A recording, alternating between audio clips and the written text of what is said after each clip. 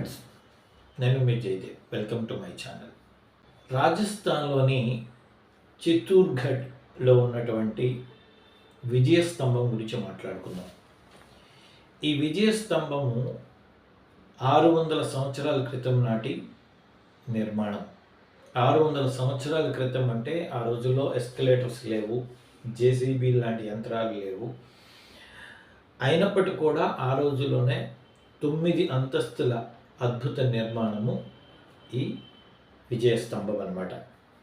అంటే భారతదేశ చరిత్రలో ఆనాటి ప్రజల రాజుల యొక్క ధైర్య సాహసాలకు ఘనతకు ఈ స్తంభము ఒక నిదర్శనం అన్నమాట. 15వ శతాబ్దంలో రాణా కుంభ దీన్ని నిర్మించారు. ఈ విజయస్తంభము నాడు గుజరాత్తో చేసినటువంటి యుద్ధములో విజయం సాధించి ఆ విజయానికి చిహ్నంగా దీన్ని నిర్మించడం జరిగింది. అందుకోసమే దీని పేరు విజయస్తంభము అని పెట్టారన్నమాట. ఈ విజయస్తంభంలో అద్భుతమైనటువంటి శిల్పకళ రచనలతో నిండి ఉంది. విష్ణువు, శివుడు, దేవతల యొక్క విగ్రహాలు ఉన్నాయి. యుద్ధాలకు సంబంధించినటువంటి దృశ్యాలు ఉన్నాయి. ఇవన్నీ అద్భుతంగా చెక్కబడ్డాయి అన్నమాట ఈ 9 అంతస్తుల్లో.